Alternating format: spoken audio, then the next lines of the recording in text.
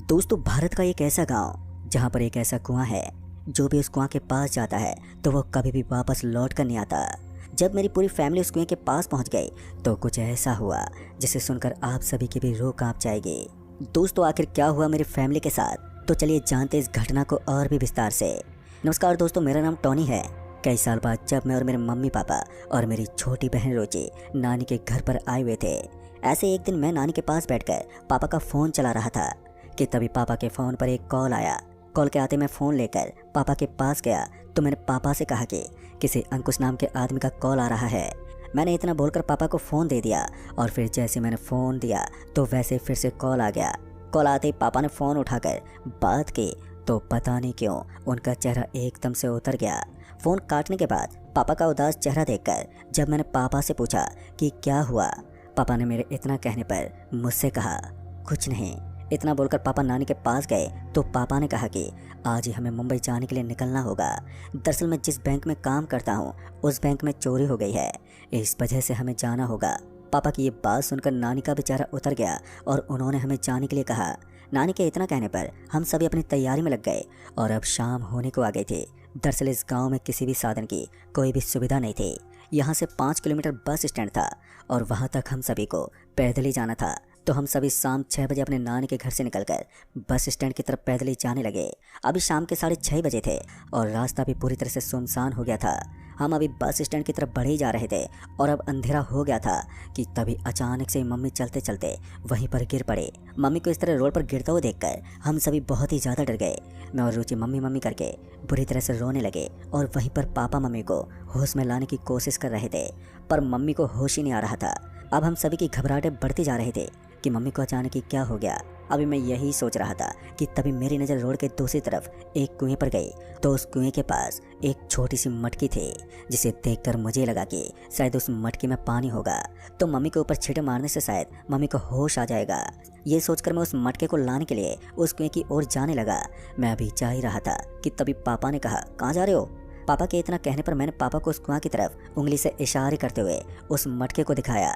पापा उस कुएं को देखकर उस कुएं के पास गए और वहां से मटके से भरा हुआ पानी लेकर आए और उस मटके में भरे पानी की छींटे मारी। मम्मी के ऊपर पानी की छींटे पड़ते मम्मी को भी होश आ गया। मम्मी को होश में आते ही पापा ने मम्मी को उठाया तो पापा ने मम्मी से पूछा, क्या हो गया था तुम्हें? पापा के इतना कहने पर मम्मी ने बताया कि पता नहीं अचानक से एक अजीब सी बेचैनी हो उठी और जैसे मैं आपको बताने वाली थी कि तभी मैं गिर पड़ी। गिरते मेरी आंखों के सामने अंधेरा छा गया। अभी मम्मी ये बता ही रहे थे कि तभी रुचि ने पापा से कहा, पापा वो क्या है जो पेड़ पर है? रुचि के इतना कहने पर जब हम सभी ने उस पेड़ की तरफ देखा तो उसे देखकर हम सभी बहुत ही ज़्यादा डर गए थे। डर से हम सभी के हाथ पैर बुरी तरह से कांपने लगे थे।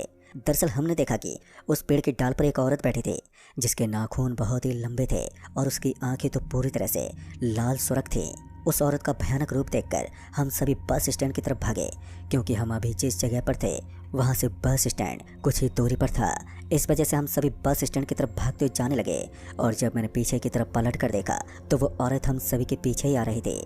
उस औरत को पीछे आता हुआ देखकर हम सभी डरे से हमें बस स्टैंड की तरफ भागे ही जा रहे थे कि तभी पापा ने हम सभी को सामने मंदिर की ओर जाने का इशारा किया। पापा के इशारा करते हम सभी उस मंदिर में आ गए, क्योंकि वो औरत मंदिर में नहीं आ सकते थे। मंदिर के अंदर आने पर सामने ही हनुमान जी की मूर्ति थी, तो हम सभी ने हनुमान जी के चरण स्पर्श किए और वो चुड़ैल मंदिर से काफ़ी दूरी पर खड़े होकर हम सभी का मंदिर से बाहर निकलने का इंतज़ार करने लगे। ऐसे ही देखते देखते अब 1 घंटा बीतने को हो गया था, पर वो औरत अभी भी वहीं पर मौजूद थी।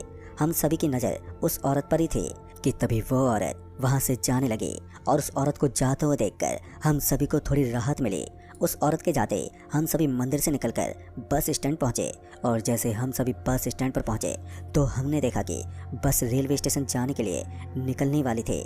तो हम सभी बिना देरी किए हुए उस बस के अंदर जाकर बैठ गए, पर अभी भी हम सभी के अंदर उस औरत का डर बना हुआ था कि कहीं फिर से वो औरत ना आ जाए। कि तभी बस स्टैंड से हॉर्न देते हुए निकल पड़ी।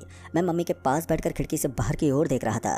रात के अंधेरे में तारों का टिमटिमाना बहुत ही अच्छा लग रहा था। अभी मैं आसमान में तारों को ही देख रहा था कि तभी अचानक से बस रुक गई और बस के रुकते ही बस में बैठे पैसेंजर ने ड्राइवर को आवाज़ दी, अरे भाई क्या हुआ ड्राइवर साहब? पैसेंजर के इतना कहने पर बस ड्राइवर ने बताया कि पता नहीं क्यों अचानक से बस बंद पड़ गई है और अब स्टार्ट भी नहीं हो रही है।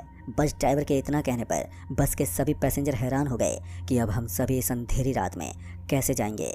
बस में बैठे सभी पैसेंजर यही सोच रहे थे कि तभी ड्राइवर ने कहा कि बस को ठीक होने में बहुत टाइम लगेगा। जब मैंने मैकेनिक के पास फ़ोन किया तो उसने कहा कि उसे आने में थोड़ा टाइम लगेगा। अगर आप सभी को रुकना है तो आप सभी रुक सकते हैं, नहीं तो यहाँ से 500 मीटर की दूरी पर एक बस स्टॉप है, आप सभी वहाँ से बस पकड़कर आगे जा सकते हैं। दोस्तों, बस ड्राइवर के इतना कहने पर बस के सभी पैसेंजर बस से नीचे उतरने लगे और उस बस स्टॉप की तरफ जाने लगे। बस से सभी पैसेंजर को जाते हुए देखकर मैंने पापा से कहा कि पापा हम सब भी चलते हैं, वहाँ से बस पकड़कर हम सभी रेलवे स्टेशन पहुँच जाएंगे।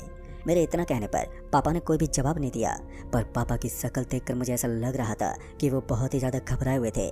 पापा को घबराए हुए देखकर मैं पापा से पूछने वाला था कि तभी मेरी नज़र खिड़की से बाहर खड़ी एक औरत पर गई। उस औरत को देखकर मैंने पापा से कहा, पापा ये इतनी रात को ये औरत कहाँ से आ रही है? मेरे इतना कहने पर पापा ने जब उस औरत की तरफ देखा तो उस औरत को देखकर पापा बहुत ही ज़्यादा डर गए। तभी पापा ने डरते हुए कहा कि ये तो वही औरत है जिस औरत से हम सभी बचकर भाग रहे थे। पापा के इतना कहते ही वो औरत अपने असली रूप में आ गई। जब बस ड्राइवर ने उस औरत को देखा तो उसे देखकर ड्राइवर के हाथ पैर कांपने लगे। डर की वजह से वो वहीं सीट पर बैठ गया और हम सभी भी उस औरत का भयानक रूप देखकर अब बहुत ही ज़्यादा डर गए थे। उस औरत को बस के अंदर आता हुआ देखकर हम सभी को अपनी मौत साफ साफ नजर आ रही थी। जैसे जैसे वो औरत बस के गेट के पास आ रही थी तो वैसे वैसे हम सभी की दिल की धड़कनें तेज होती जा रही थी। हम सभी को डरा सहमा देखकर रुचि रोने लगी। रुचि को रोता हुआ देखकर पापा ने रुचि को गोद में उठा लिया और हम उसे चुप करने लगे। अब हम सभी बहुत ही ज़्यादा डर गए थे तो हम सभी की नज़र बस के गेट पर थी तो हमने देखा कि वो औरत गेट के अंदर नहीं आ पा रही थी, जिसे देखकर बस ड्राइवर ने बताया कि वो औरत बस के अंदर नहीं आ पाएगी। हम सभी बस के अंदर सेफ हैं। दरअसल हमारी बस ऐसी कई जगहों से गुजरती है जहाँ पर भूत पिशाच का वास रहता है।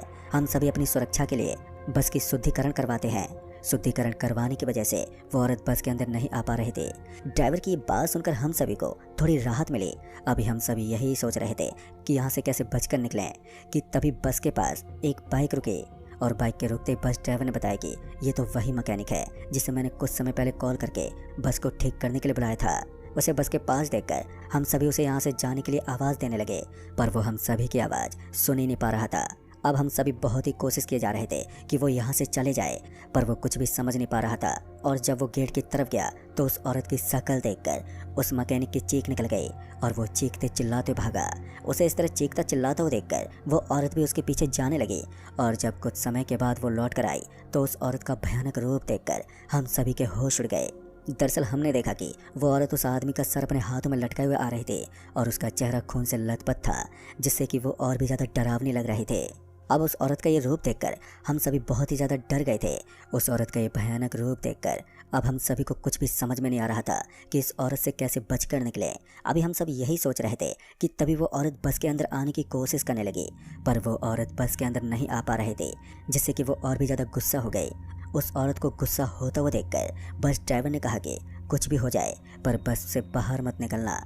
कि तभी अचानक ही बस खूब जोर जोर से हिलने लगी और हम सभी बस के अंदर बैठे इधर से उधर गिरने लगे। बस के हिलने की वजह से मम्मी का बस की खिड़की के कांच में सर टकरा गया। इस वजह से उनका सर फट गया और मम्मी के सर से खून बहने लगा। मम्मी के सर से खून निकलता हुआ देखकर पापा ने मम्मी के सर पर अपना रुमाल बांध दिया, पर अभी बस उसी तरह से हिले जा रहे थे। हम सभी सीटों को पकड़ के खड़े हो गए और पापा रुचि को गोद में लेकर खड़े थे और फिर कुछ समय के बाद बस का भी हिलना बंद हो गया। बस का हिलना जैसे बंद हुआ तो वैसे ही उस औरत ने पापा का नाम लेते हुए कहा, आज तो तुम सभी का मरना तय है। उस औरत को पापा का नाम लेते हुए सुनकर हम सभी हैरान हो गए कि तभी पापा ने उस औरत से पूछा कि हमने तुम्हारा क्या किया है जो हमें मारना चाहती हो। पापा के इतना कहने पर वो औरत गुस्से से बोली, तुमने मेरी बेटी को मारा है।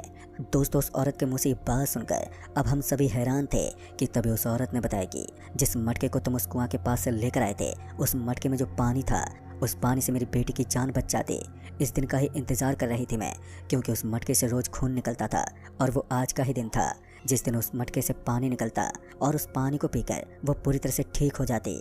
पर तुम्हारी वजह से मेरी बेटी मर गई, जिसे मैं 5 साल से पाल रहे थे, पर आज वो तुम्हारी वजह से अब इस दुनिया में नहीं रहे।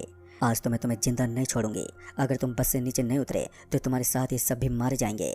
दोस्तों, उस औरत की बात सुनकर पापा ने उस औरत से हाथ जोड़कर माफी मांगते हुए कहा, मुझसे वो अनजाने में हो गया। पापा के इतना कहते ही वो औरत अब और भी ज्यादा गुस्से में आ गई। गुस्से में आते ही उसने कुछ ऐसा किया कि बस घूमकर सामने तालाब की ओर जाने लगी। बस को तालाब की ओर जाते हुए देखकर पापा बहुत ही ज्यादा घबरा गए और उन्होंने बस से नीचे उतरने का फैसला किया, क्योंकि पापा नहीं चाहते थे कि हमें भी कुछ हो। ये सोचकर पापा ने बस को रोकने के लिए कहा, मैं बस से बाहर आ रहा हूँ। अब मम्मी पापा की ये बात सुनकर वो रोते हुए बोले, नहीं, आप बस से नीचे नहीं जाएंगे। पर मम्मी की बात न मानते हुए पापा हम सभी को बचाने के लिए बस का गेट खोलकर बस से नीचे उतर गए। पापा के बस से नीचे उतरते ही वो औरत पापा के पास आने लगी और वहीं पर मम्मी सर पर हाथ रखकर जोर से रोने लगी और बार बार बस से बाहर जाने की कोशिश करने लगी। मैं मम्मी को बस से नीचे उतरने के लिए रोक रहा था। जैसे ही वो औरत पापा को मारने वाली थी कि तभी मेरी छोटी बहन उस औरत के पास पहुंच गई और उस औरत का पाँव पकड़ लिया। रुचि के पाँव पकड़ दे उस औरत ने रुचि को गोद में उठा लिया। ये देखकर मैं बहुत ही ज़्यादा डर गया, क्योंकि वो औरत रुचि को अपने गोद में लेकर खिलाने लगी और रुचि भी हंस रही थी। और वहीं पर पापा उसे हाथ जोड़कर उसे छोड़ने के लिए बोलने लगे, पर वो औरत पापा की बात ही नहीं सुन रही थी। सबसे हैरानी की बात तो ये थी कि रुचि उस औरत को देखकर डर भी नहीं रही थी कि तभी उस औरत ने पापा से कहा, मैं तुम्हारी बेटी को अपने साथ लेकर जा रही हूँ। उस औरत की ये बात सुनकर पापा ने कहा, तुम मुझे मार सकती हो पर मेरी बेटी को कुछ मत करो। पापा अभी कुछ बोल ही रहे थे कि तभी मम्मी मुझसे अपना हाथ छुड़ाकर बस से नीचे उतर गई और उस औरत के हाथ से रुचि को लेकर अपनी गोद में ले लिया और रोते बोले, हमें मार दो पर मेरी बेटी को कुछ मत करो। और वहीं पर पापा मेरी मम्मी को बार बार बस के अंदर जाने के लिए कहने लगे, पर मम्मी पापा की बात ही नहीं सुन रही थी कि तभी वो औरत मम्मी के पास आने लगी। मम्मी के पास आता हुआ देखकर हम सभी बहुत ही ज़्यादा डर गए थे। वो औरत मम्मी के पास आकर रुचि के सर पर अपना हाथ फेरने लगी तो उसने कहा कि आज मैं तुम सभी को तुम्हारी बेटी की वजह से छोड़ रही हूँ, क्योंकि मैं नहीं चाहती कि जैसे मेरी बेटी आज मुझसे दूर हो गई वैसे ही और कोई माँ अपनी बेटी से दूर हो। उस औरत के इतना बोलते ही पापा ने उसे हाथ जोड़कर माफ़ी मांगी और पापा के माफ़ी मांगते वक्त वो औरत अचानक से गायब हो गई। अब हम सभी हैरान थे कि रुचि को देखते उसका गुस्सा शांत हो गया और उसके साथ खेलने लगी। ये तो कोई भगवान का ही करिश्मा था। रात अभी काफ़ी होने की वजह से हम सभी बस के अंदर आ गए और सुबह होने का वेट करने लगे। तो मैंने घड़ी में समय देखा तो अभी रात के 3 बज रहे थे, यानी कि 2 घंटे बाद सुबह होने वाली थी। और जब सुबह हुई तो हम सभी दूसरी बस पकड़कर रेलवे स्टेशन पहुंच गए और दोपहर की ट्रेन पकड़कर हम सभी मुंबई के लिए वापस आ गए। दोस्तों, ये मेरी लाइफ का बहुत ही खौफनाक और दर्द भरा किस्सा था जिसे मैं आज तक नहीं भूल पाया हूँ। तो दोस्तों, इस कहानी में बस इतना ही। तब तक के लिए बाय एंड